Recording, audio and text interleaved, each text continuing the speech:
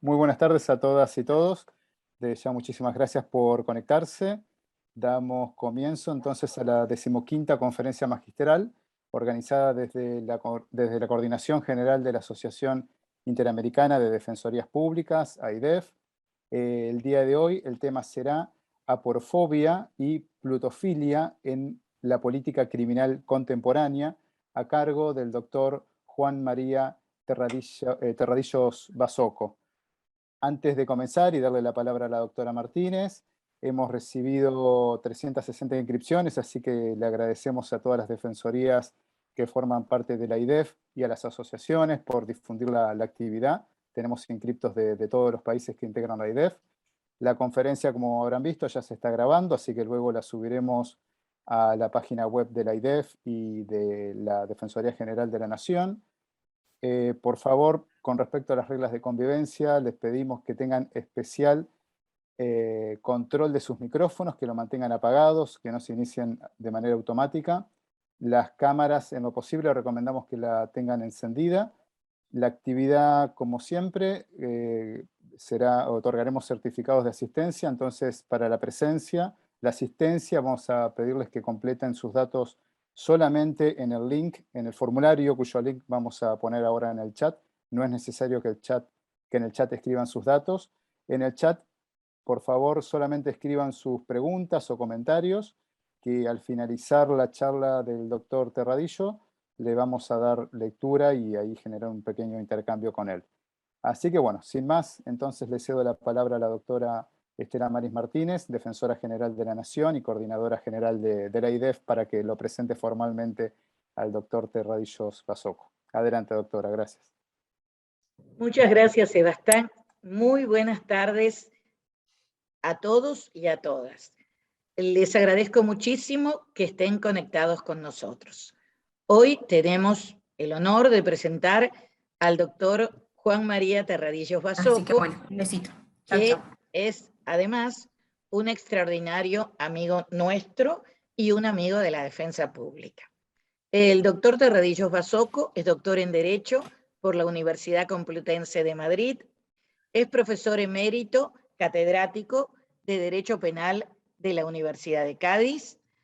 En la Universidad de Cádiz también ha desempeñado los cargos de director del Departamento de Derecho Internacional Público, Penal y Procesal, director del Instituto Andaluz Interuniversitario de Criminología en calidad de vicerrector y de decano de la Facultad de Derecho. Entre las distinciones recibidas cabe mencionar que es doctor honoris causa por la Pontificia Universidad Católica del Perú, que es miembro del Comité Consultivo Internacional de la Escuela de Servicio de Justicia de Argentina y visitante ilustre y profesor honorario de las universidades, de varias universidades de Argentina, Brasil, Cuba, México, Perú y Gales. Ha pronunciado conferencias, dictado cursos y defendido ponencias en congresos internacionales y en instituciones universitarias y jurídicas de Centro y Sudamérica. Ha publicado más de 300 artículos en libros colectivos y revistas especializadas de Latinoamérica, España, Italia, Alemania y el Reino Unido. Es autor de numerosos libros, entre los cuales nos limitaremos a destacar unos pocos. Peligrosidad social y Estado de Derecho, publicado en Madrid en el año 1981. Terrorismo y Derecho, en Madrid en el 88. Derecho Penal de la Empresa, en Madrid en el 95. Manual de Teoría Jurídica del Delito, en San Salvador en el 2003. Y Aporofobia y Plutofilia, la deriva jánica de la política criminal contemporánea, en Barcelona el año pasado.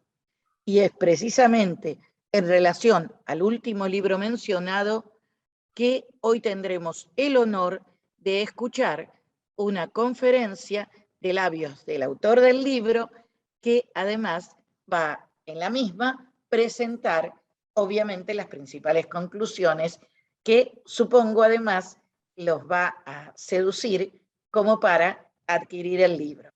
Por eso agradecemos especialmente al doctor Terradillos Basoco que, abusando de su generosidad, hayamos logrado que hoy esté con nosotros y nos brinde su valioso tiempo y nos ilustre en este interesantísimo tema. Muchísimas gracias. Le cedo la palabra, doctor. Muchísimas gracias, Estela Maris. Para mí, como sabes Sebastián, como sabe Milagros, es un placer estar con ustedes, es un placer estar con Latinoamérica, es un placer estar con juristas latinoamericanos, de los cuales siempre he sacado rendimiento a los debates, rendimiento personal y rendimiento científico. Y es un placer también participar en una actividad vinculada a las defensorías, que es una institución que quizá con los mismos perfiles no conocemos en Europa y que me parece admirable por muchas razones. Fundamentalmente porque son las instituciones encargadas de hacer valer el derecho, pero no de hacer valer el derecho en abstracto, sino de hacer valer los derechos. Porque en definitiva todo el aparato jurídico, todo el aparato constitucional, pero también el de legislación ordinaria, si no sirve para hacer unas sociedades en que los derechos personales y grupales o colectivos sean cada vez más consolidados, cada vez más seguros, realmente no tendría mucho sentido en nuestra profesión. De modo que ven ustedes que tengo razones para estar hoy muy a gusto con ustedes. Hombre, hay un elemento negativo, ¿no? Que es que entre ustedes mismos y nosotros se interpone una tecnología que nos permite comunicarnos muy sumariamente, muy epidérmicamente, que no sustituye la riqueza del contacto personal, que me parece que es uno de los grandes beneficios que da la actividad académica.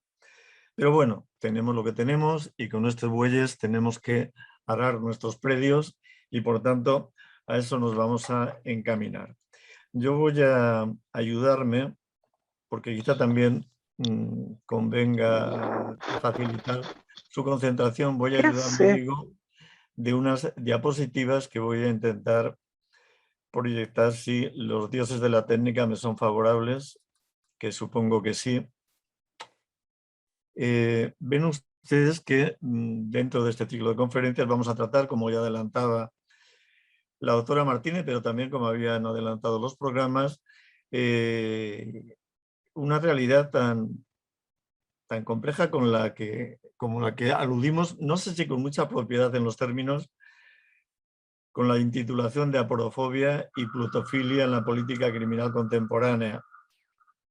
Quizá de este debate, si partimos de esta frase que tiene usted reproducida en sus pantallas: la justicia es como la serpiente, solo muerde a los descalzos. Es una frase a la que a veces se atribuye un origen popular en ciertas zonas de Latinoamérica. Yo realmente solo se la he leído a Eduardo Galeano y a Monseñor Romero, pero me parece que en definitiva viene a adelantar en un lenguaje inmediato, directo, viene a condensar la hipótesis general de la que pienso que debemos partir. En primer lugar, una simple aclaración terminológica. Aporofobia en psiquiatría es una fobia, parecidas.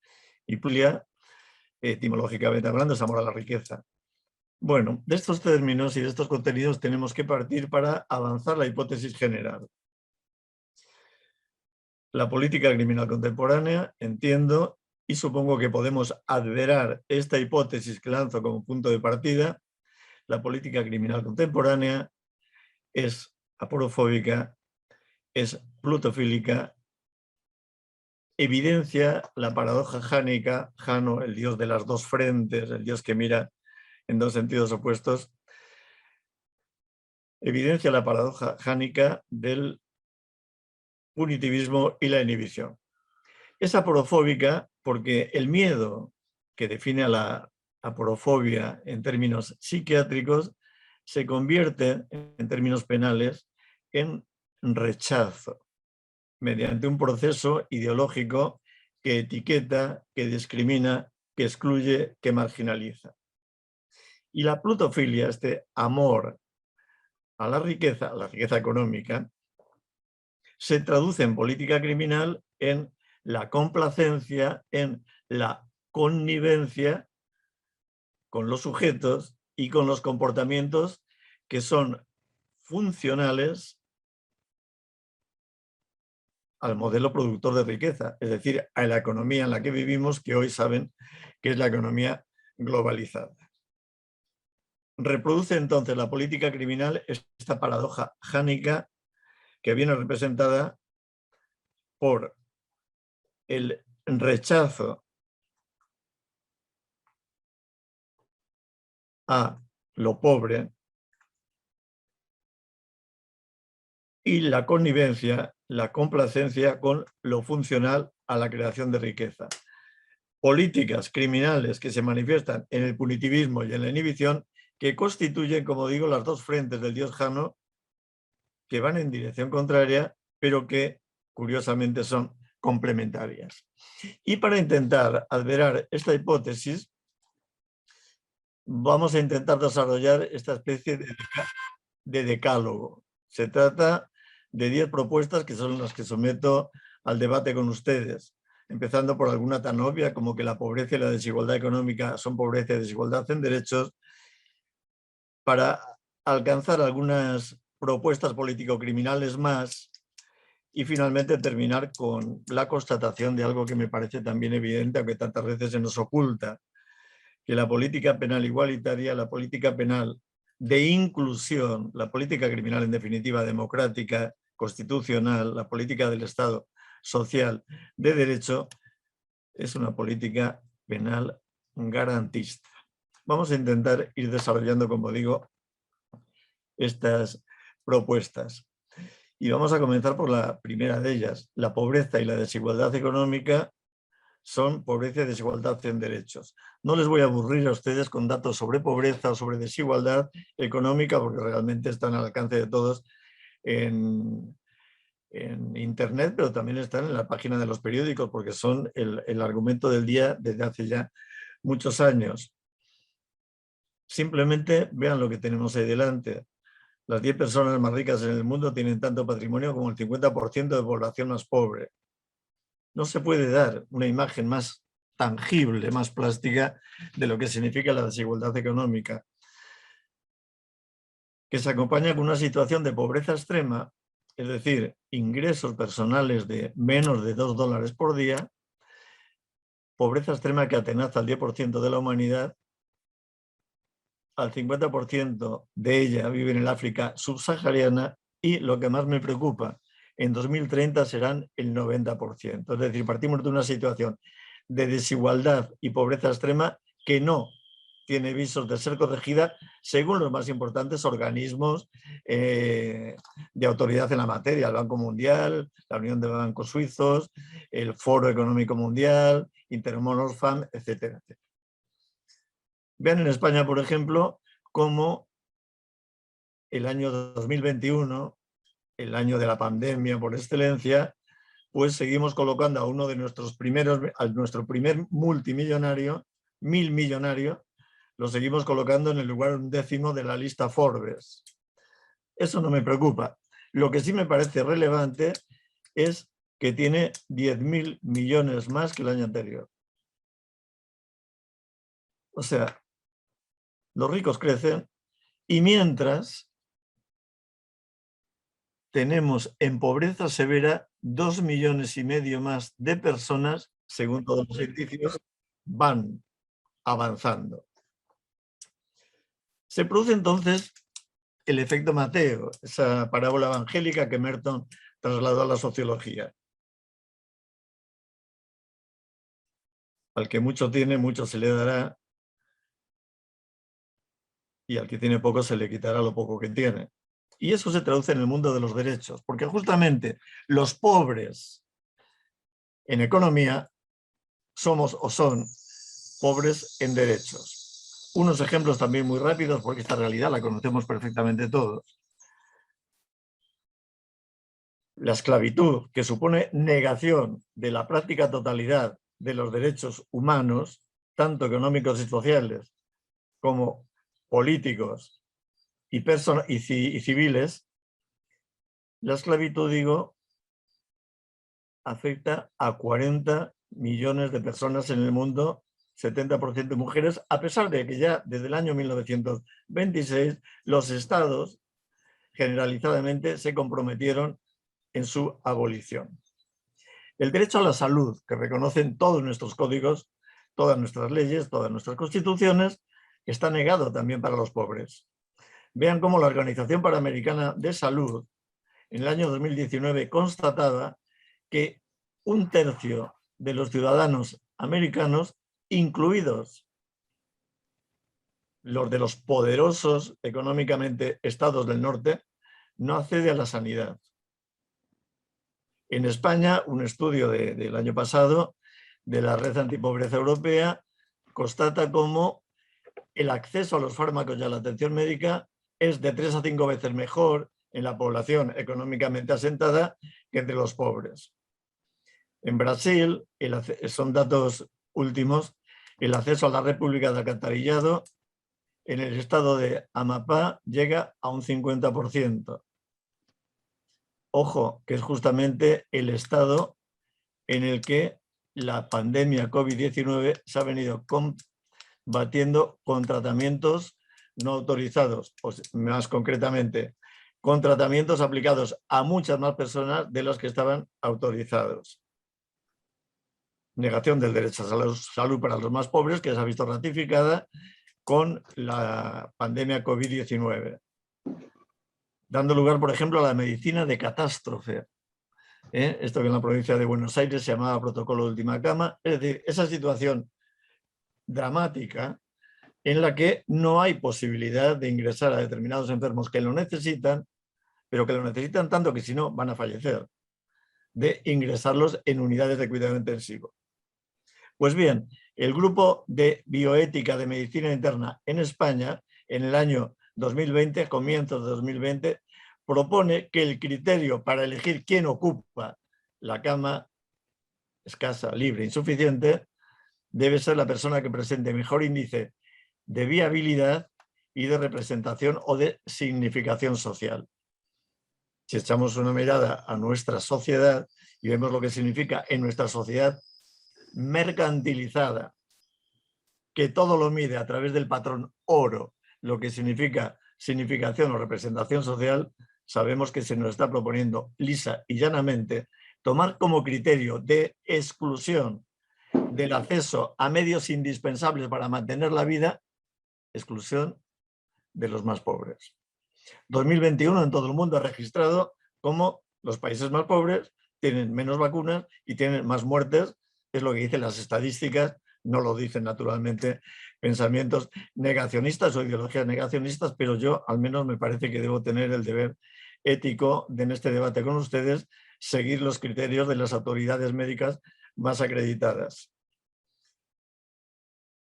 En América, la propia Organización Panamericana de Salud asegura cómo hasta el año 2022 va a haber presencia de brotes COVID-19 con aumentos inquietantes en Sud y Centroamérica. Derecho a la vivienda es obvio, también negado para los pobres. Vean ustedes para España el informe del relator de Naciones Unidas del año 2020. La vivienda de bajo coste, es decir, la vivienda que pueden utilizar los pobres, es casi inexistente y el sistema de asistencia social está quebrado. Los desahucios en el año 2020 alcanzaron a la cifra de casi 60.000. Y los últimos 15 años han registrado más de 10.000 suicidios de personas en situación de desahucio. No hablamos ya de derecho a la vivienda, sino que hablamos también del consiguiente derecho a la vida.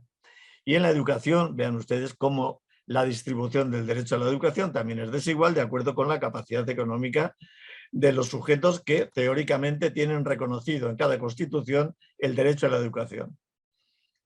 Niños en edad escolar carecen de conexión a Internet, según datos suministrados por UNICEF en este mismo año.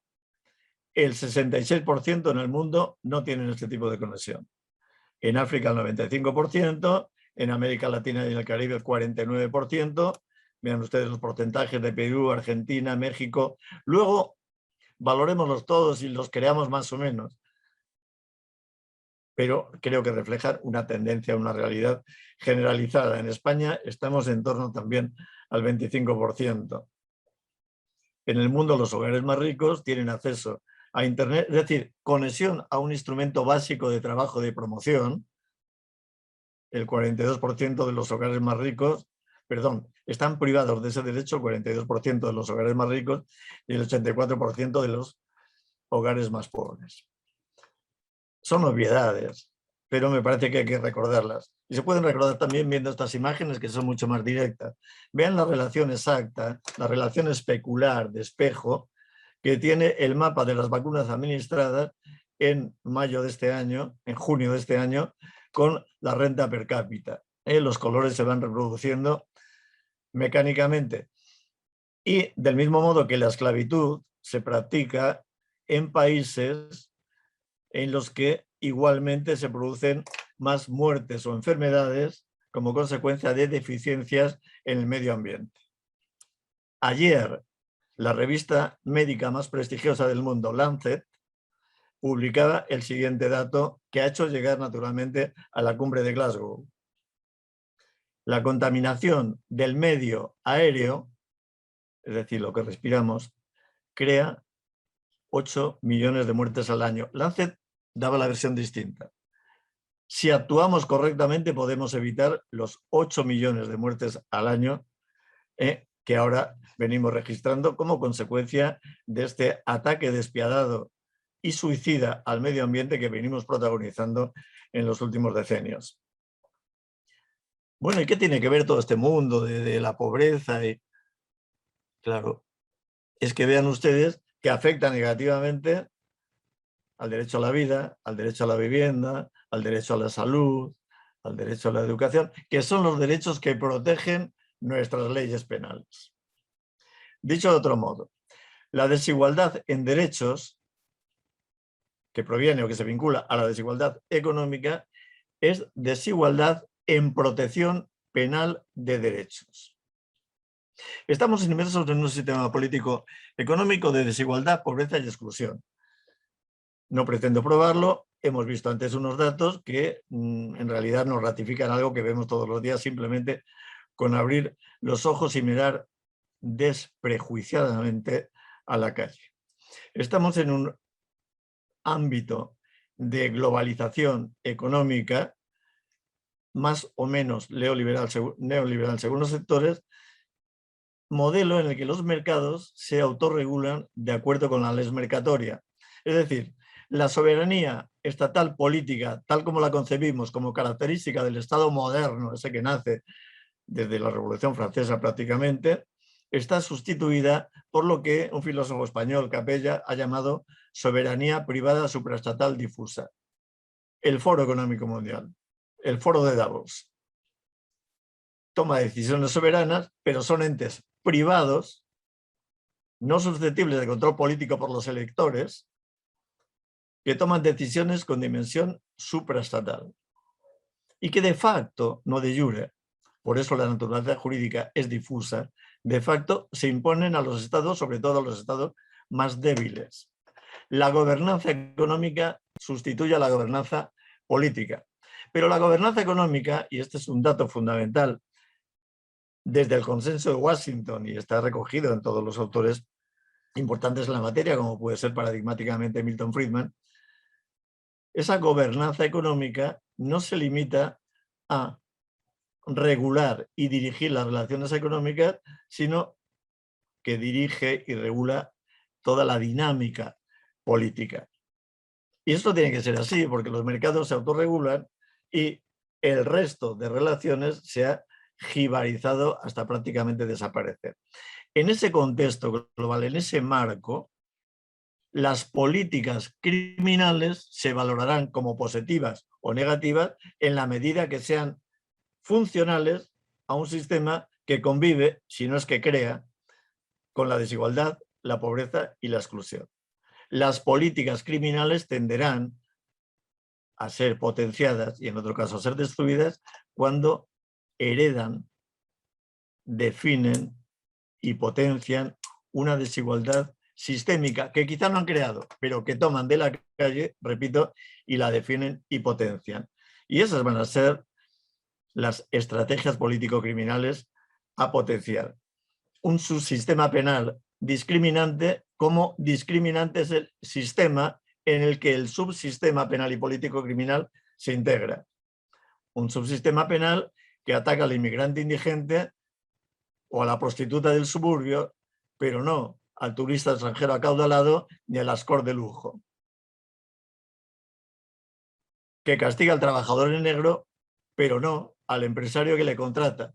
Y con ello le defrauda al trabajador y defrauda al sistema general de seguridad social de todos nuestros países.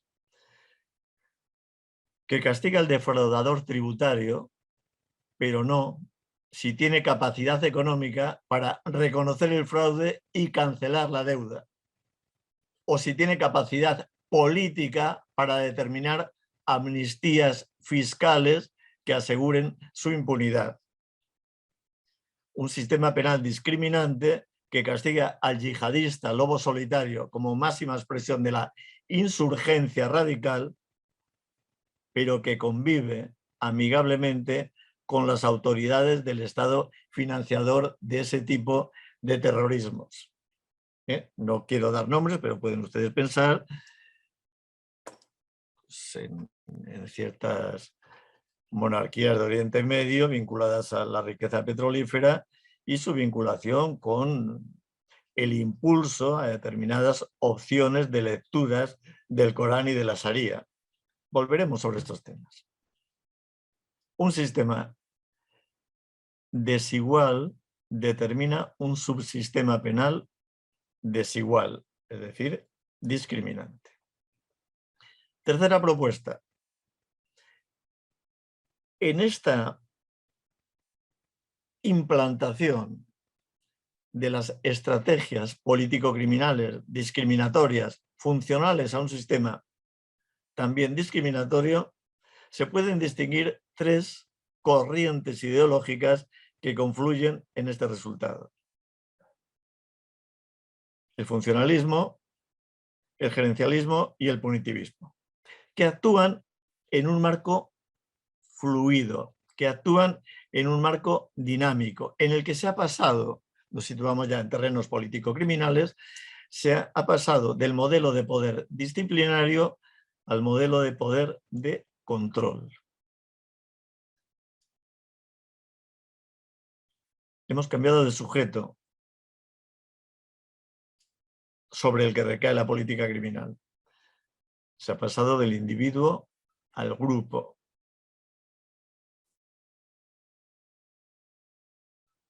Hemos cambiado de objeto. Nos movemos con nuevas subjetividades identitarias, algunas de las cuales toman la función de etiquetar, definir y, por tanto, controlar a las otras. Pero son nuevas subjetividades identitarias porque, tal como nos muestra Ferrajoli, ya no se trata del enfrentamiento de los de abajo con los de arriba, sino de los de abajo con los que están más abajo todavía. Se enfrenta a los pobres con los pobrísimos transformados en enemigos. ¿Saben ustedes lo que significa esto en política criminal? El enemigo. Sobre los que descargar la rabia y la desesperación generada por el crecimiento estructural, comprobado, de las desigualdades y la pobreza. Cambio de subjetividades que también ha dado lugar a un cambio de método. Se ha pasado de la ideología del tratamiento propia de la criminología de la primera mitad del siglo XX al control colectivo de riesgos. Es decir, ya no nos acercamos al individuo para, una vez interno en una institución total como puede ser la prisión, someterle a tratamientos resocializadores como pretendía, repito, la criminología, incluso la criminología crítica en la primera mitad del siglo XX, sino que pasamos al control del grupo. al control del grupo, que por definición no puede haber delinquido, como ocurría con el individuo, que sí, podemos identificarlo como autor de un delito al que hay que someter a una respuesta penal que identificábamos con el tratamiento. No. Ahora se trata de controlar a los colectivos peligrosos, a los que naturalmente habrá que definir antes. ¿Y por qué son peligrosos? Tenemos que emplear metodologías actuariales, metodologías estadísticas de asignación de peligrosidad, o si quieren ustedes con más propiedad, de la etiqueta de peligrosos. Y repito, en este devenir ideológico intervienen de manera importante al menos 3 fuentes que vamos a enumerar aquí. El funcionalismo sería la primera. El funcionalismo redirecciona el sentimiento colectivo de inseguridad hacia el económicamente excluido. Es decir, proyecta la política criminal de control punitivista hacia el pobre, hacia el económicamente excluido. No lo invento, vean ustedes esta frase literal tomada del autor más representativo de esta línea. Los jóvenes desempleados que nunca internalizaron la conducta que es necesaria para un trabajo profesional, a falta de deber, no son personas. Y a falta de costumbre de comportarse como persona, no se van a comportar como personas. Conclusión, propuesta, aquel al que no se necesita, se le excluye. Pero aquel al que se le excluye, vean quién es. El no integrado, representado paradigmáticamente en términos metafóricos por el joven desempleado que nunca trabajó. El no integrado, el no funcional a la dinámica económica es aquel al que no se necesita, y al que no se necesita se le excluye. En esta línea carecen de sentido los programas de promoción de valores disciplinarios, los programas de tratamiento. No tiene sentido pretender enseñar al joven desempleado que trabaje. Primero, porque no tenemos una organización económica que pueda asumir toda la demanda de trabajo.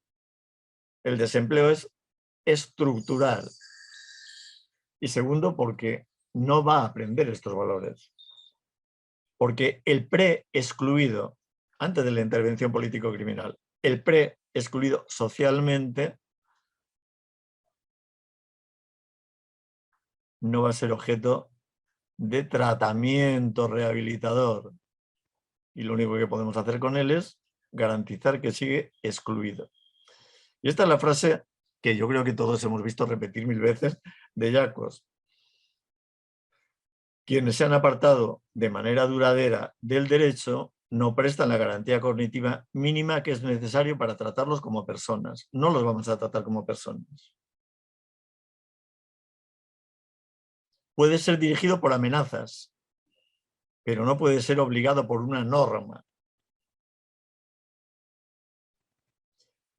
Cuando quien es superfluo en la economía común se conduce como si viviera en otro mundo, ello es consecuente.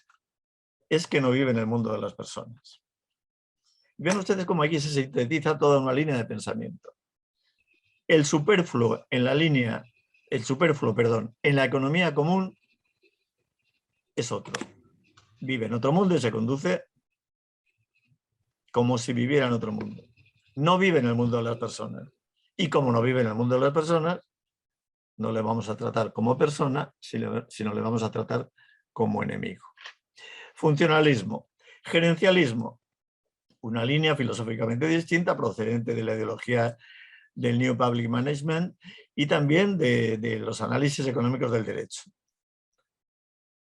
El gerencialismo, también una corriente ideológica confesadamente conservadora, se instala en la racionalidad neoliberal. No cuestiona el modelo, sino optimiza los recursos. Gerencia, digamos. No se buscan resultados que cambien la estructura, sino rendimientos, es decir, eficiencia dentro de los parámetros fijados por el modelo. Un modelo en el que el ciudadano no es el titular de derechos civiles y políticos, que diseñan con más o menos tino nuestras constituciones, sino que es un elemento más del mercado, o fundamentalmente un elemento del mercado. Es un consumidor de servicios. Por tanto, el rendimiento, la optimización de recursos va dirigida a que el consumo de servicios sea lo más asequible posible. Las instituciones públicas no tienen que gobernar procesos políticos.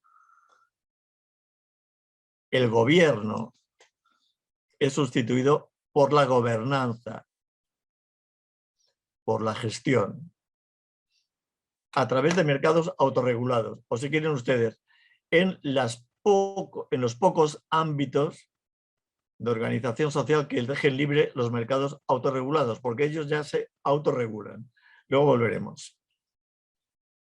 Ya si nos acercamos con este modelo a la prevención, nos daremos cuenta de que hay que olvidar la prevención social, porque no se trata de cuestionar al modelo analizando las causas de la desviación y del crimen y actuando sobre esas causas remotas, actuando sobre las raíces, sino que optamos por la prevención situacional. Vamos a incidir sobre los síntomas, más que sobre las causas. Y esto, llevado a política criminal, significa, primero, la consideración del castigo como elemento de inhibición. Nada de penas resocializadoras, reinsertadoras, etcétera. De lo que se trata es de amenazar, inhibir. Si quieren ustedes, por llamar a las cosas por su nombre, sembrar terror penal. Estoy mirando el reloj y pasa con una velocidad incontrolable. La labor de la policía se hace resultadista. ¿Por qué? Porque todo el mundo le va a pedir éxitos. Y los éxitos son más fáciles en la represión de la pequeña criminalidad, en el control de las calles frente a los marginales, en definitiva, en políticas policiales aporofóbicas. Que además, desde este punto de vista del control de la calle y de la seguridad ciudadana en el sentido formal, son susceptibles de ser acometidas por instituciones privadas, con lo cual se abre la vía a la privatización del trabajo policial. La cárcel no tiene sentido que sea preventiva e inclusiva para sujetos que ya nos han explicado en el funcionalismo que son irrecuperables. Lo que tiene que hacer es inocuizar. Inocuizar significa sobre todo excluir de la socialidad, excluir de los derechos. Y la judicatura va a estar integrada por jueces, como los representados en este grabado de Daumier, por jueces de mediados, dice Andrés Ibáñez, que es un jurista español que quizá muchos de ustedes conocen.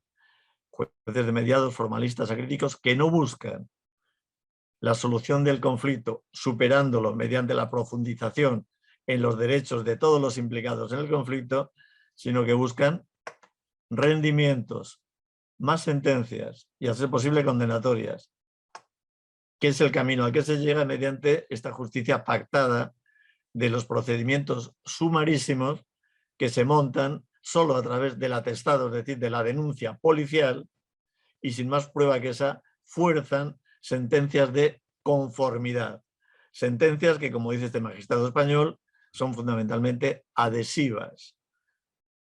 El imputado no tiene más que decir sí, lo acepto como mal menor, con lo cual efectivamente la judicatura ha procedido de manera formalista, acrítica, no cuestiona el modelo, optimiza los recursos, obtiene rendimientos en el sentido de que dicta más sentencias condenatorias.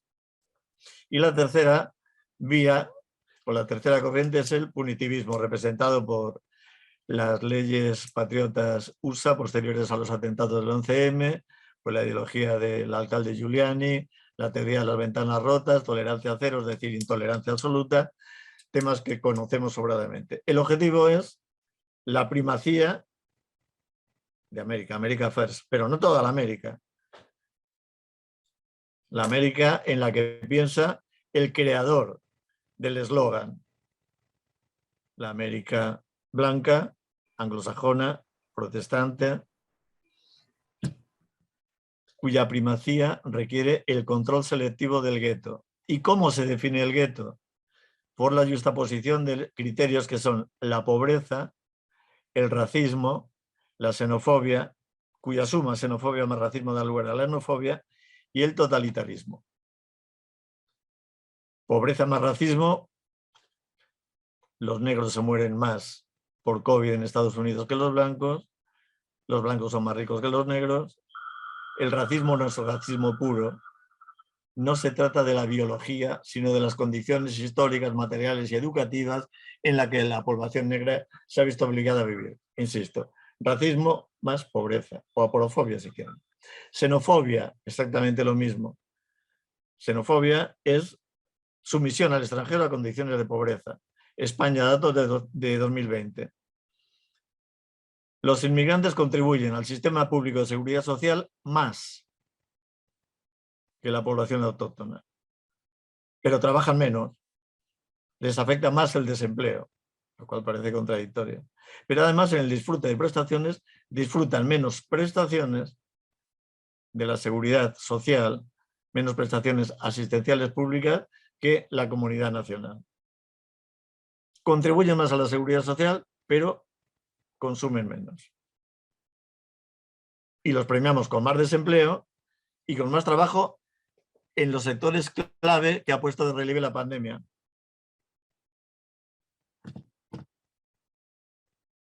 Trabajos de interés logístico imprescindibles, trabajos de asistencia personal imprescindibles en época de pandemia, pero más precarizados en el sentido más eventuales y menos pagados. Lo cual tiene como consecuencia que la pobreza, no la pobreza severa, la pobreza, es decir, vivir con menos de $3 al día, afecta 3 veces más a los inmigrantes, estoy hablando de España, que a los ciudadanos comunitarios. Y la pobreza severa afecta 5 veces más a los inmigrantes que a los comunitarios. Y a todo esto, etnofobia más pobreza, se une el totalitarismo, que queda muy bien plasmado en esta frase de un manifiesto que más de 1 millar de militares franceses enviaron en el mes de abril al presidente al presidente Macron, en el que le advertían: vamos a la desintegración, que junto al islamismo y a las hordas de las barriadas periféricas llevan a la secesión para transformar a nuestras sociedades y someterlas a dogmas contrarios a nuestra Constitución. Repito, llamamiento de militares franceses, algunos de ellos en la reserva, pero no todos, al presidente Macron, con la apelación a destruir el islamismo y la pobreza, porque la pobreza es la que vive en las barriadas periféricas. Porque la cultura de la barriada periférica, del inmigrante, que además practica una religión determinada que no les gusta a estos militares franceses, lleva a la necesidad o la justificación de su destrucción mediante un razonamiento puramente totalitario. Lleva a la lucha sin cuartel contra el yihadista. ¿Pero quién es el yihadista? Es el que lleva a la guerra santa, es decir, a posiciones abiertamente criminales, de criminalidad violenta, una serie de principios. Pero ojo, lo que no podemos hacer es, como hacen estas tesis totalitarias, identificar al yihadista primero con el islamista, porque el islamista es el que lleva el Corán y la Sharia a la actividad pública. Es decir, el que pretende que se proyecte en la vida pública su personal visión de los deberes religiosos. O sea, como han hecho los militantes de los partidos demócratas cristianos en Europa durante toda su historia. O se identifica al yihadista no solo con el islamista, sino con el musulmán. Es que hay 2.000 millones de musulmanes en el mundo, no todos pueden ser yihadistas. Y en el ámbito europeo, además, con el árabe.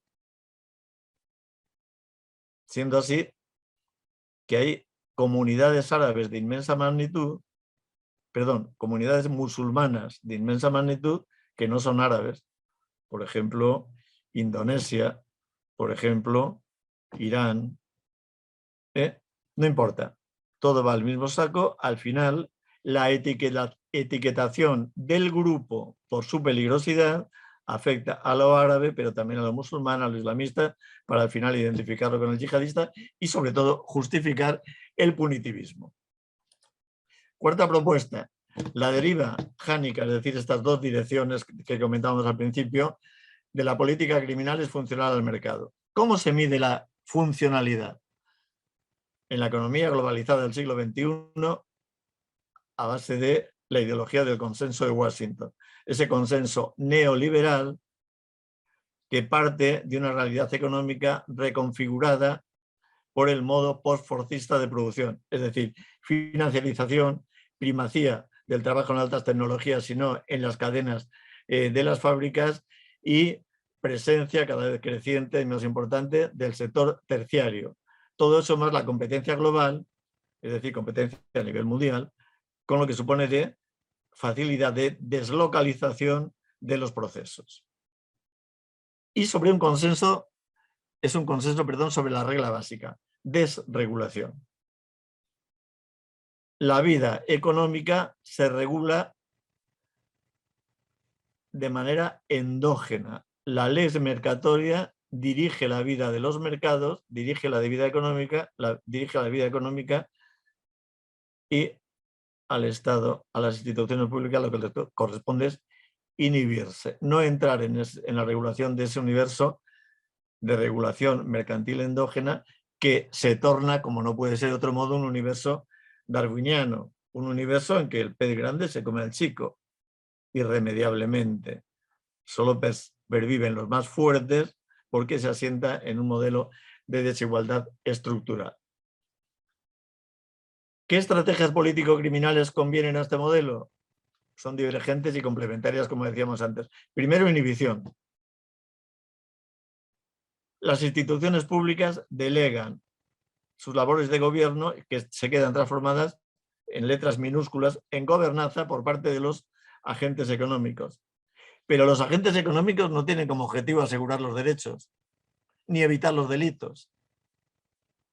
El primer deber del empresario, nos dice Milton Friedman, es acrecentar los beneficios. No de manera salvaje, ojo, dentro de las reglas del juego. ¿Pero quién define las reglas del juego? Los propios mercados. El Estado no interviene frente a la desigualdad material que conocemos. Luego vamos a ver que incluso se reconoce constitucionalmente. No tutela los derechos económicos, sociales y culturales, porque esa no es la función del Estado. Los derechos económicos los define el mercado que se autorregula. Los poderes públicos se quedan para la tutela residual de ciertos derechos de resistencia frente al poder, derechos civiles y políticos. Lo describe muy bien Toni Negri. El Estado no tutela derechos económicos, sociales y culturales porque no debe reeducar, ni debe corregir, ni menos aún debe salvar almas. El Estado es un vigilante, el Estado neoliberal es un vigilante nocturno que se queda al margen de la dinámica social, que es fundamentalmente dinámica económica. Y junto a esta política de inhibición, la política de intervención punitivista. Porque frente al absolutamente disfuncional y frente al insurgente, sí que hay que intervenir. Porque luchar contra él es asegurar las condiciones de existencia del mercado. Y eso sí que compete a los poderes públicos. No la intervención en el mercado, que es autorregulado, pero sí el mantenimiento de las condiciones de existencia y de actuación de los mercados. Volvemos a Negri. El Estado solo debe castigar ejemplarmente, no tutelar derechos económicos, sociales y culturales. Debe castigar, punitivismo ejemplarmente, todas y cada una de las rupturas del orden. Debe crear alarmas sociales para transformarlas en fuentes de consenso. Debe crear alarmas, debe crear al enemigo para transformarlo en consenso legitimador hacia las instituciones y para prevenir de este modo un eventual disenso político, es decir, un pensamiento de radical insurgencia, de radical cambio del modelo. Quinta propuesta. El derecho penal del amigo, incorpora propuestas plutofílicas. Bueno, vean ustedes estas cifras, no vamos a dedicar mucho tiempo a esto porque ya no lo tenemos, pero vean manifestaciones de estas propuestas plutofílicas que conocemos en nuestro ordenamiento jurídico, las amnistías fiscales, en las cuales prevalece la lógica recaudatoria tributaria sobre la lógica penal preventiva. Y las amnistías fiscales eliminan esta lógica penal preventiva, asegurando la impunidad del delincuente. ¿A cambio de qué? Hombre, a cambio de recaudar. A cambio de regularizar lo que estaba en el mercado negro. 116.800 millones de dólares USA, según la prensa argentina, en la última amnistía o el plan de blanqueo de capitales, por la época, supongo que del presidente Macri, al precio de la impunidad del delito tributario y del delito bancario. En 2017, en Brasil, 500.000 millones de dólares por la regularización de activos, simplemente penalizada con multas menores que las que correspondieron a quien tributó irregularmente. Plutofilia. Con el fraude fiscal lo demuestra la mera existencia de los paraísos fiscales, que a España, a mi país, le cuestan entre 40 y 60.000 millones al año. Pero los paraísos fiscales no pueden actuar sin la connivencia de la banca estándar, de la banca respetable, porque justamente el lavado de activos se realiza mediante la introducción de dinero de origen negro en los circuitos normalizados. Y esa introducción en los circuitos normalizados la hace la banca, no los paraísos fiscales. Porque además los paraísos fiscales no responden o no se ubican en la periferia económica. El 80% del fraude fiscal en España está gestionado en países de la Unión Europea.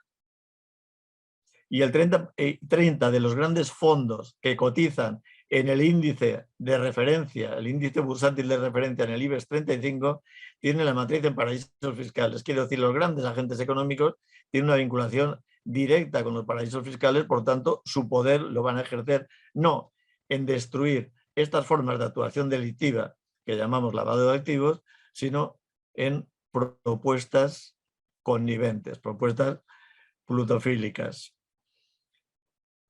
Si quieren ustedes luego en el debate pasamos a más ejemplos. Simplemente voy a hablar de esta orientación plutofílica en la Universidad Española porque el asunto me parece personalmente preocupante. Es que en la Universidad Española están apareciendo opiniones doctrinales del siguiente tenor. Quien en un contexto de absoluta corrupción pretende entrar como agente económico es un sujeto al que no se le puede exigir que no corrompa, porque si no, no podría entrar. No se le puede exigir que no corrompa en un ámbito de corrupción extendida. Dicho de otro modo, si Marcelo Odebrecht quiere intervenir en la Panamérica peruana, como Perú es un país muy corrupto, tanto que, al menos simbólicamente, tiene procesados o condenados a todos los últimos presidentes, no se le puede exigir otra conducta más que fomentar la corrupción. No se le puede exigir responsabilidad criminal a que no se le puede exigir otra conducta. Otra propuesta doctrinal. Responsabilidad penal de la persona jurídica, sí, pero no les vamos a imponer penas pecuniarias. No podemos imponerle penas carcelarias por razones obvias. Si les ponemos penas pecuniarias, son tan potentes económicamente que no les van a afectar. Lo que tienen que hacer es simplemente reparar. Bueno, me parece muy bien, pero es que si les vamos a exigir solo que reparen, estamos afirmando su impunidad.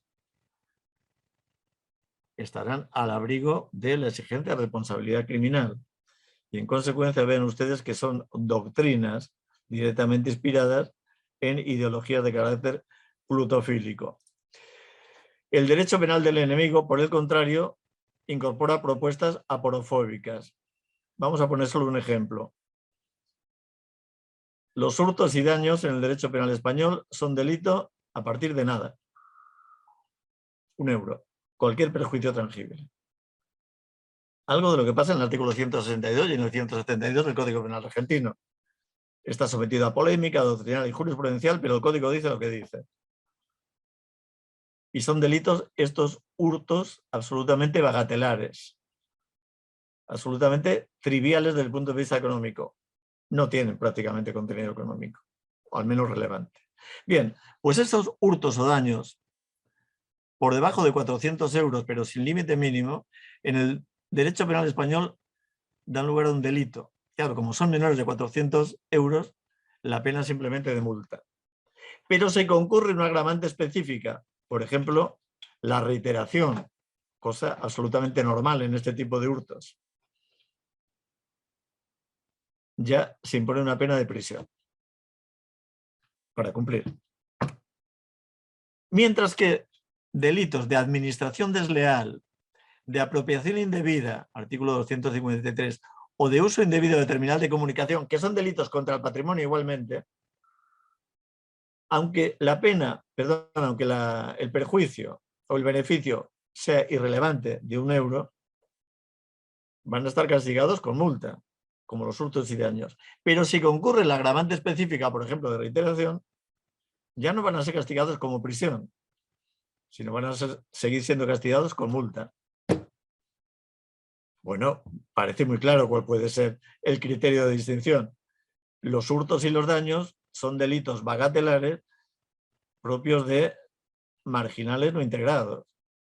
La administración desleal, la apropiación indebida, el uso de terminal de comunicación, ya tiene que tener sujetos activos, autores más integrados, más económicamente instalados. La misma conducta para ellos agravada no da lugar a penas de prisión, como da en el caso del menesteroso, sino a penas de multa. El vendedor ambulante de género falsificado, estas camisas truchas, relojes falseados que todos llevamos, etcétera, dan lugar a penas de privación de libertad de un indigente que, como ha reconocido en España el propio Tribunal Supremo, es más que delincuente, víctima. El elemento común a todos estos supuestos, algunos de los cuales podemos glosar después, es que el derecho penal deja de ser garante de derechos humanos para desplegar políticas criminales aporofóbicas, es decir, excesivamente contundentes frente a los sujetos marginales. Pero al revés, el Estado social y democrático exige una política criminal igualitaria de inclusión, no el Estado neoliberal, que parte de la igualdad como un dato. Todos somos iguales ante la ley, perfecto. Entonces, la referencia es una sociedad monoclase de sujetos libres e iguales. Varón, blanco, cristiano, propietario y heterosexual. Que somos los que hacemos los códigos, los que hacemos las leyes, los que las aplicamos, los que las ejecutamos.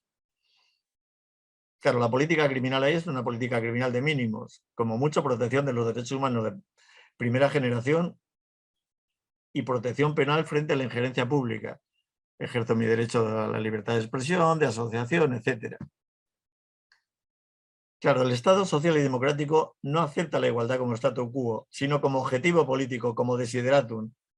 La igualdad formal es cierta, está conseguida, o al menos está proclamada, pero la igualdad no es de sujetos libres e iguales, sino de sujetos connotados, hombres y mujeres, nacionales y extranjeros, trabajadores y empresarios, sujetos connotados por su actividad sexual, por su ideología política, por su situación económica. Entonces, estos sujetos son desiguales por definición. La igualdad material aparece como un objetivo político, la igualdad material como capacidad jurídica y material de convertir las abstractas posibilidades garantizadas por las constituciones, nos dice Bobbio. Claro, frente a estos sujetos, el Estado tiene que proteger los derechos económicos, sociales y culturales de segunda generación, como son todos los derechos sociales, o de tercera generación. Curtis y Abramovich en Argentina han estudiado muy bien estos temas. Derechos humanos de tercera generación, por ejemplo, el derecho a la paz, la biodiversidad, el acceso mundial a los alimentos. En definitiva, se exigen políticas de intervención proactiva para que la igualdad material pueda ser asequible a sujetos diferentes. Y esta intervención proactiva, vean que no nos las inventamos nosotros. Artículo 9 del Código Penal de la Constitución Española, artículo 1 y artículo 3 de la Constitución Federativa Brasileira, Artículo 58 de la Constitución Política del Perú. El Estado tiene que intervenir materialmente para asegurar, dice la Constitución española, y en términos semejantes los otros textos citados, debe intervenir materialmente, proactivamente, para asegurar la igualdad material de individuos y grupos. Y para ello tiene que, vuelvo a la Constitución española, remover los obstáculos. La igualdad se tiene que conseguir, y la tiene que conseguir el Estado social y democrático, que es el que proclaman nuestras constituciones. Claro, ¿qué papel tiene la política criminal en este camino hacia la igualdad material? El derecho penal no puede promover, no es un derecho promocional, es un derecho de resistencia, protector simplemente de bienes jurídicos, fundamentalmente en el caso que nos ocupa de la igualdad. Pero, aunque no puede promover la igualdad ni las políticas de inclusión, no debe obstaculizarlas. Tiene que ser funcional al Estado social y democrático. Y para ello, ni obstaculiza el ejercicio de derechos humanos fundamentales, ni criminaliza, y criminaliza el ataque a los derechos humanos fundamentales. Este es el sentido de la octava propuesta. La política criminal igualitaria no penaliza el ejercicio de los derechos fundamentales. Por ejemplo, no puede penalizar el ejercicio de derechos políticos. ¿Por qué? Porque los derechos políticos son instrumentos de autotutela de los individuos y los grupos para poder acceder a la riqueza material de los derechos económicos, sociales y culturales. No se puede castigar la mera pertenencia a una asociación, hablo con la referencia al Código Penal español, ni se puede castigar los delitos de odio, que nos parecería tan correcto, simplemente aplicándolos en más de la mitad de los casos a la discrepancia ideológica de individuos de radical oposición al sistema capitalista en el que se insertan. No se penaliza el ejercicio de la libertad sindical, por ejemplo, derogando el artículo 315.3 del Código Penal español, que antes castigaba la intervención coactiva de los piquetes de huelga. Intervención coactiva de los piquetes de huelga. Ahora lo ha derogado, con lo cual estas coacciones pasan a ser castigadas como coacciones comunes, pero con mayor pena. Retroceso, por tanto, en el contenido de la libertad sindical penalmente protegida. Al contrario de lo que hace, por ejemplo, el Código Penal peruano, que reguló esta materia también recientemente, en el cual la violencia o amenaza que atenta a la libertad sindical tiene una pena superior a la violencia o amenaza genérica, porque afecta a un derecho fundamental. Esto parece coherente frente a la incoherencia, repito, del Código Penal español. La política criminal igualitaria no penaliza el ejercicio del derecho de libre circulación. No se ceba en la penalización de los inmigrantes, con medidas de expulsión que contravienen todos los principios garantistas, con medidas de internamiento, es decir, de privación de libertad para quien no ha cometido ningún delito y simplemente, de esto también saben mucho todos los países latinoamericanos, y simplemente le falta en su pasaporte un requisito formal como es un sello, o no se penaliza mediante un control de fronteras que en España, además de ejercido por el Frontex, que es una institución europea de control de fronteras exteriores, se confía a la iniciativa privada. En los últimos 5 años se ha invertido en gestión de fronteras, en concesiones a empresas privadas, 660 millones de euros. El 64,8% a 10 empresas privadas, que se encargan de inteligencia artificial en control de fronteras, en catering del internamiento de los irregulares, en elevar muros, en elevar empalizadas y alambradas. Iniciativa privada para privar de derechos o para recortar derechos tan esenciales como la libertad de circulación. Esto solo puede estar en manos públicas, simplemente porque los intereses de la empresa privada no son exactamente que los mismos de las autoridades públicas en un modelo de Estado social y democrático de derecho. Novena consideración.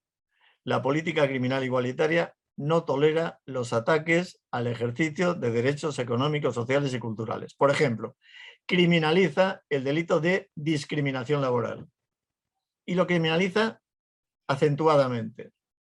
¿Por qué? Porque la igualdad en el ámbito de la empresa es un bien jurídico muy vulnerable. La empresa es una organización jerarquizada. Entonces, es elemental introducir en nuestras leyes penales preceptos que castiguen expresamente y correctamente la criminalización, la discriminación laboral. Como pretendía haber hecho el artículo 314 del Código Penal Español, aunque no lo hace porque se trata de un artículo técnicamente tan incorrecto que es insalvable. Y, por supuesto, inaplicable. Se exige la criminalización de conductas como el sometimiento a trabajos forzados o el sometimiento a esclavitud. No es una opción de cada país, es una obligación internacionalmente asumida en virtud del protocolo de la OIT de 2014 o de la Convención de Ginebra de 1926. Por eso, en derecho comparado, se incorporan a las leyes penales estos delitos. Sin embargo, no lo hace mi país, no lo hace España. Habría que criminalizar el tráfico de seres humanos con fines de explotación laboral, no solo con fines de explotación sexual o con fines de sometimiento a condiciones de servidumbre, sino a explotación laboral, que además es el supuesto más numeroso. Nosotros en España, por ejemplo, no lo hacemos. Aplicamos un artículo distinto, el 311, que desconoce el significado criminológico de lo que significa la trata de personas con fines de explotación laboral. Y hay que criminalizar específicamente los ataques a la vida y salud en el trabajo, porque el trabajo es un ámbito de riesgo cuyas condiciones no puede regular el trabajador, sino que le vienen impuestas, es decir, es un riesgo impuesto. En consecuencia, supongo que habría que considerar la posibilidad de introducir, como hace el Código Penal Español correctamente en este caso, delitos de peligro para estos bienes jurídicos. Pero correctamente. No se puede hacer como hace la uruguaya ley 1996 de 2014 o el artículo 168A del Código Penal peruano, que castigan solamente las conductas dolosas. Porque efectivamente solo en las novelas de Agatha Christie un empresario decide que para matar a su trabajador lo va a poner a trabajar con un arnés que está oxidado, que no va a funcionar y se va a producir la muerte. Lo normal es que sean conductas imprudentes. Conductas imprudentes que, por cierto, el Código Penal peruano creo que también castiga, aunque toda la doctrina peruana nos viene diciendo que solo se castigan las formas dolosas. Tampoco es suficiente la solución argentina-brasileña de imponer una agravante para los delitos de homicidio o de lesiones imprudentes cuando haya infracción de regla técnica de profesión, arte, oficio o impericia en la profesión, porque en definitiva estas agravaciones no van al origen del problema, que es la creación de peligro, que es lo que da lugar a la siniestralidad laboral relevante. Habría que criminalizar los ataques del derecho a la vivienda. En nuestro país, la negativa de acceso a la vivienda a inmigrantes racializados, es decir, un delito de pura discriminación racial y xenófoba, que además afecta a un derecho fundamental como es el derecho a la vivienda reconocido en el artículo 47 de la Constitución, está castigado con una pena de inhabilitación. Como ven ustedes, se trata de una pena absolutamente nimia frente al ataque a derechos relevantes, a bienes jurídicos tan importantes. Y finalmente, les decía, la última consideración que quiero someter a debate: la política penal igualitaria de inclusión es garantista. ¿Por qué insisto en este punto? Porque se nos está vendiendo continuadamente el siguiente sofisma. El Estado neoliberal es un Estado desregulado. Lleva una política criminal desregulada, es un derecho penal de mínimos que a los demócratas es el que nos parece aceptable. Un derecho penal de mínimos que es coherente con la desregulación del Estado neoliberal. Mientras que el Estado social de derecho es un Estado intervencionista.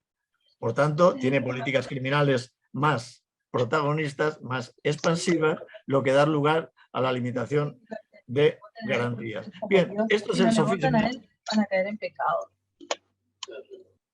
Este es el sofisma que se nos ha venido vendiendo continuadamente. Yo les sugiero simplemente que piensen en estos datos.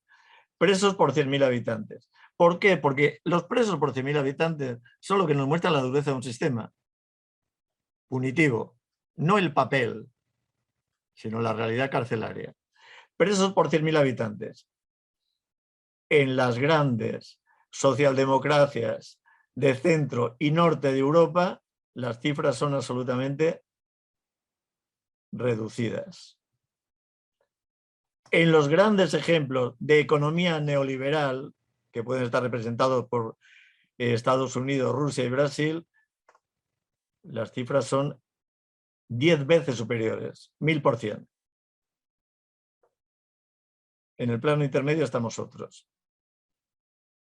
El Estado neoliberal no es un Estado menos intervencionista ni menos punitivista, es mucho más punitivista, porque mantiene mecanismos de control punitivo absolutamente contundentes, dirigidos al disfuncional y al insurgente. Pero ahí es, digamos, implacable. No es cierto que el Estado neoliberal nos lleve a un derecho penal mínimo, por lo menos no es cierto en la realidad que podemos conocer. Es al revés. El Estado social de derecho intervencionista, incluso en economía, no tiene por qué ir acompañado de políticas criminales más contundentes y, reitero, así lo prueban los datos. A lo que tenemos que ir es justamente a una política criminal propia del Estado social de derecho que hace compatibles las garantías, es decir, los derechos de libertad, es decir, los derechos civiles y políticos, con los derechos sociales y económicos y culturales, es decir, los derechos de igualdad e inclusión, los derechos que exigen para su potenciación una intervención decidida de las instituciones públicas. Porque, en definitiva, derechos civiles y políticos y derechos económicos, sociales y culturales deben contemplarse conjuntamente. Los primeros son la condición para poder ejercer los segundos, y los derechos económicos, sociales y culturales dan contenido a los derechos civiles y políticos que, si no, quedarían en una mera declaración formal. Se trata, en definitiva, y con esto concluyo, de que la política criminal no puede avanzar en la línea de que las serpientes sigan mordiendo solo a los descalzos. Pues muchísimas gracias. No, muchísimas gracias a usted, doctor Terradillos. La verdad que interesantísimo el enfoque, el contenido de su charla, muy enriquecedor. Hay, bueno, algunos comentarios que por el tiempo voy a leer, no voy a poder leer todos, pero al menos si usted los puede comentar también. No, decidimos no cortarlo en ningún momento de la charla porque la verdad que nos pareció interesantísimo, más Sí, allá del siempre tiempo. Así tengo que, problemas con el control de mi tiempo. Yo creo que es una cuestión de la edad. He perdido los factores de no, inhibición. pero la verdad que muy interesante y fue mejor así. Venga, pues Paso a vamos a cerrar. comentarle unos comentarios. Por un lado, comentario de Silvia Martínez, que es defensora pública argentina, también defensora pública interamericana.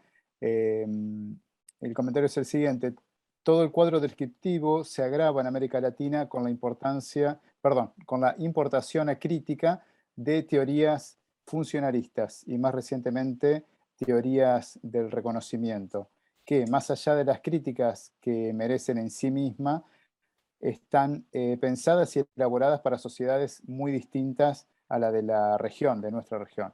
El rol de las universidades es central aquí para modelar esas importaciones teóricas masivas. Eso por un lado, y otro comentario que también formula la doctora Martínez: durante la etapa de aislamiento obligatorio hubo personas presas por incumplir la norma de no salir de su casa cuando estaban en situación de calle. Fue necesario litigar esos casos. Bueno, le paso la palabra con respecto a estos comentarios. A ver Mira, la primera cuestión me parece que no tiene excesivo comentario a mí. Quizá discrepo de que se trata de teorías elaboradas y válidas para entornos centroeuropeos de alta calidad económica, sociedades muy cohesionadas y tal, y que no sirvan para Latinoamérica. Yo recuerdo haber tenido una conversación hace ya mucho tiempo en Ecuador con el profesor Kessel de Alemania y le comentaba esta misma preocupación o esta misma percepción. Y él me decía, Terradillos, no puede ser. Es decir, si son teorías inaceptables en ámbitos económicamente menos potentes, son igualmente inaceptables en Bonn, es la catedral Dr. Jacobs, son igualmente inaceptables en Bonn, donde todavía tenemos en la memoria colectiva lo que significa el nazismo. Entonces, no son teorías válidas para nosotros y no válidas para Latinoamérica. No son válidas en ningún lado, en la medida que suponen oposición frontal a lo que significa un derecho penal democrático, que es un derecho, repito, de expansión de derechos, como solo puede ser el derecho coherente con el sistema del Estado social y democrático. Ciertamente, la responsabilidad que tienen ciertas universidades tampoco son tantas, ¿eh? Nos ponemos Piura en Perú, externado en Bogotá, perdón, sí, externado en Colombia, en Bogotá, Argentina, Buenos Aires, etc. No es la corriente mayoritaria, pero desde luego el funcionalismo sistémico en sus versiones más duras, naturalmente, que es mucho más aceptado en México, en Colombia, que en Berlín o que en París, evidentemente. Es decir, son los lugares donde tiene más influencia esta corriente ideológica, que me parece que simplemente con las frases que hemos entresacado, que son literales, quizás no sean muy representativas porque son sacadas con calzador, pero son literales, con lo cual no pierden fuerza. Lo que se ha dicho, y lo que aparece como programático es programático. Realmente en las sociedades latinoamericanas realmente puede tener un efecto devastador.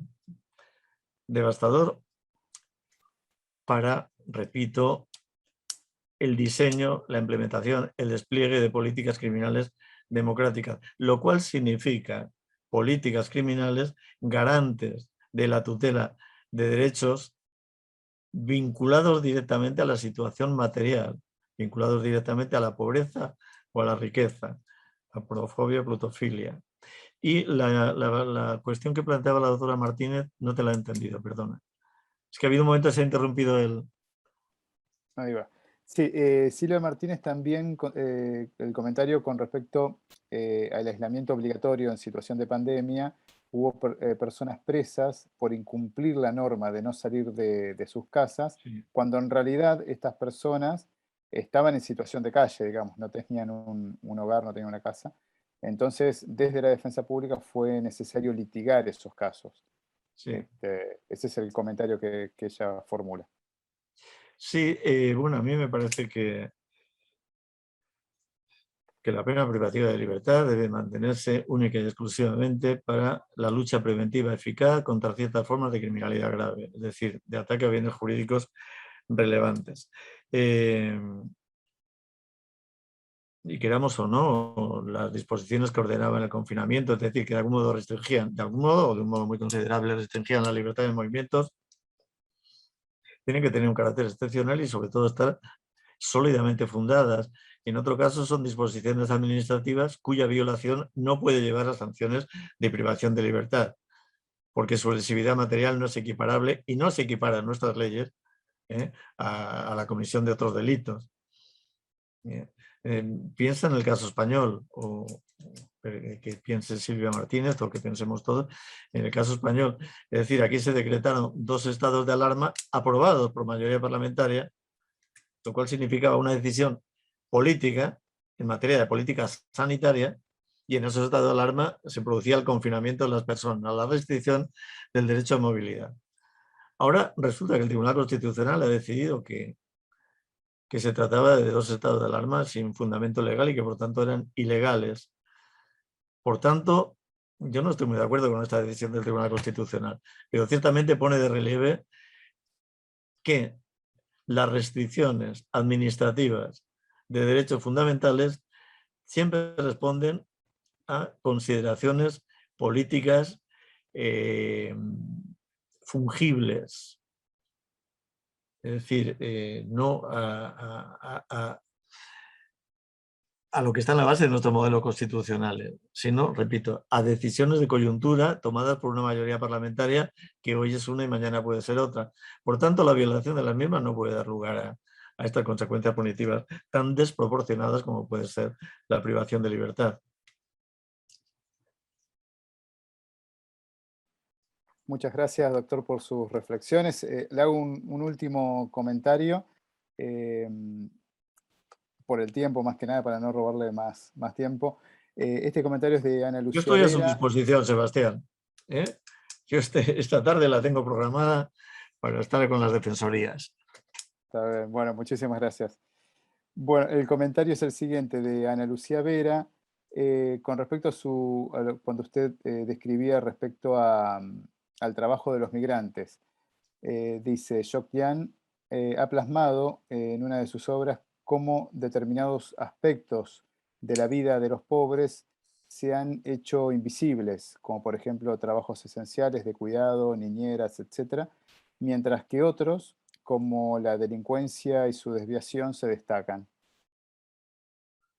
No sé si Sí, quedó claro. bueno, esto es un clásico, ¿no? Es decir, la estigmatización del extranjero como, no de todos los extranjeros. Es decir, aquí cuando vino Bilardo o Menotti a entrenar a clubes de primera división de fútbol español, nadie les preguntó si venían con un permiso de residencia o con un permiso de trabajo, ¿no? Como no se lo preguntamos a los jeques árabes que llegan a veranear a Marbella con sus harenes, sus ejércitos de 300 policías armados ilegalmente, etcétera, etcétera, ¿no?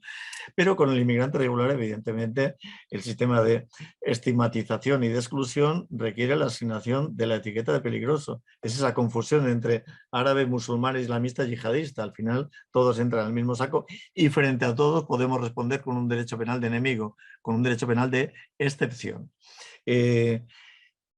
Yo no puedo agotar este tema en este brevísimo comentario, pero ciertamente topa con esta otra consideración, los trabajos invisibles, es decir, la aportación invisible del inmigrante a la pervivencia misma de modelos económicos de las metrópolis que los atraen.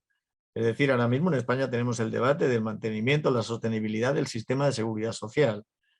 No sería viable si no fuera por las contribuciones de los trabajadores inmigrantes, que son jóvenes, que cotizan, que tienen largo periodo de cotización porque son jóvenes, en un país donde no nos reproducimos. Cada madre española tiene 1,2 hijos.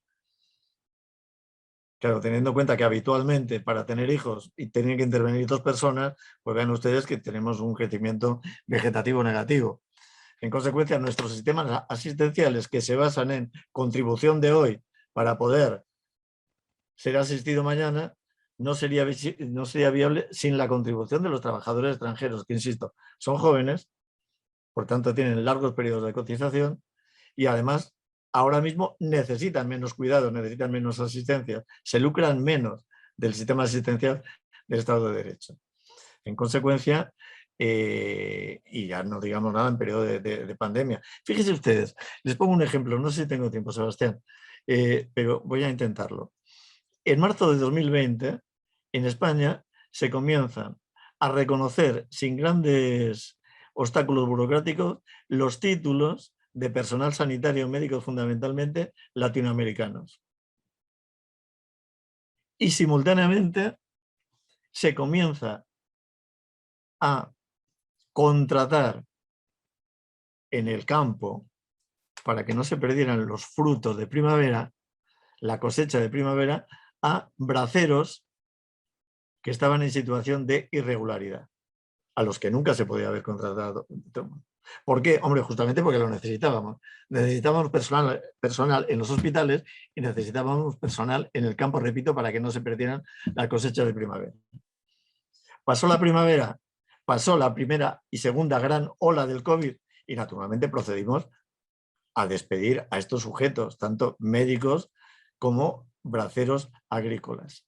En septiembre cambian otra vez las condiciones, hay que recolectar los frutos del otoño y hay que hacer frente a una nueva ola de la pandemia y volvemos a considerar legales a los que habíamos considerado ilegales. Es decir, me parece un ejemplo tan claro de cómo, en definitiva, las políticas migratorias que estamos aplicando se crean y se desarrollan a espaldas de los derechos humanos y simplemente responden a su funcionalidad para con el mercado, hasta el punto, ojo, que esa funcionalidad para con el mercado es la que define a un sujeto como regular, como trabajador invitado, como Gastarbeiter, como decían los alemanes en las primeras migraciones turcas, trabajadores invitados, y a continuación, cuando no los necesitamos económicamente, los calificamos de irregulares o de ilegales o de directamente criminales, como está ocurriendo en España por parte de un grupo político que, como ustedes saben, con filiación ultraderechista y absolutamente xenófoba, pues tiene representación parlamentaria fuerte. Es decir, lo que usted denuncia es así. Miren, yo en estas diapositivas que me han servido de guión, al final aparece una bibliografía. Ahí hay alguna cosa mía, perdonen que me cite a mí, pero es que soy el que mejor me conozco y si no me cito yo, además no me cita nadie, excepto la doctora Martínez de Estela Maris, que me ha hecho la publicidad de mi último libro. Y ahí posiblemente vean, hay un último trabajo que acaba de aparecer, que se cita en esa bibliografía, sobre esta cuestión, la criminalización del inmigrante, la criminalización la estigmatización del inmigrante como yihadista violento. No sé cuál es el título, pero está ahí. Es el último que aparece, porque lo he introducido esta misma mañana. Y ahí se pueden ver algunos desarrollos bastante más, por lo menos más ordenaditos y más sistemáticos que los que soy capaz de desarrollar ahora. Bueno, muchísimas gracias, doctor Terradillos. La verdad que, bueno, hay muchos comentarios de felicitaciones. Está, bueno, muy contento el público por haberlo escuchado, muy interesante. Bueno, nos dejan correos electrónicos para que les enviemos el PowerPoint. Aclaro que a todos los que se inscribieron previamente a la charla el día de hoy, por la mañana, ya hemos enviado a todos el PowerPoint, así que todos lo deberían tener. Cualquier cosa nos escriben y si se lo volvemos a enviar.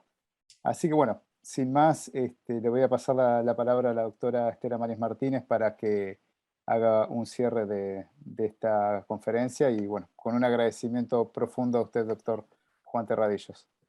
Adelante, doctora. Gracias, Sebastián. Bueno, Juan, muchísimas gracias. Esto ha sido exactamente tal y como lo esperábamos. Vos sabés que los que te estamos escuchando somos defensores oficiales, por lo cual lo que vos sistematizás también es lo que nosotros vivimos día a día.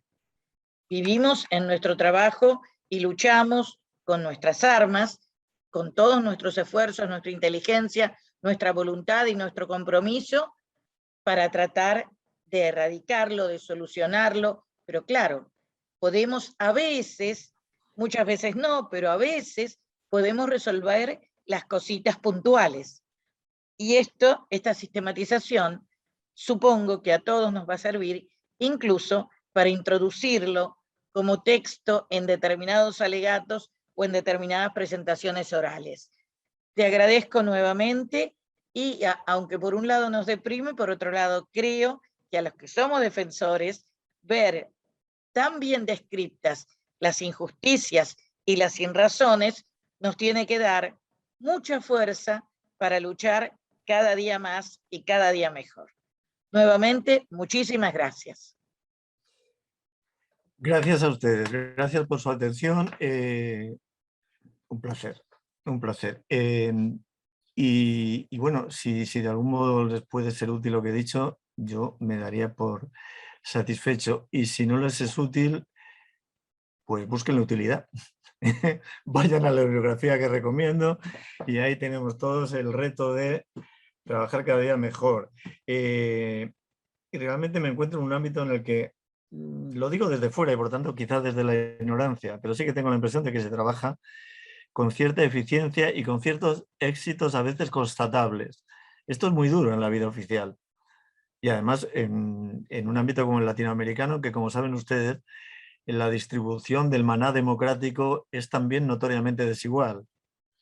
En consecuencia, los éxitos en el trabajo de ustedes, en definitiva, son éxitos en el trabajo de todos y aunque a veces nos parezcan escasos, a mí, visto desde fuera, desde mi tranquilidad de sujeto que no está sometido a las tensiones a las que están sometidos ustedes, realmente me parecen muy de agradecer y además muy de encorajinar. Es decir, sigan ustedes dando la tabarra con los derechos humanos, con los derechos fundamentales, con la legalidad constitucional, no con la legalidad emanada de autoridades impostoras, coyunturales afortunadamente, y bueno, por ahí podemos avanzar como defensores y sobre todo como ciudadanos, ¿no? Muy bien, pues Bueno, chao, y aquí me chao. tienen. Bueno, muchísimas gracias, doctor. Un Hasta otro placer. momento, hasta otro momento. Seguimos en contacto. Muchas gracias Muy a bien. todos y todos por estar conectados.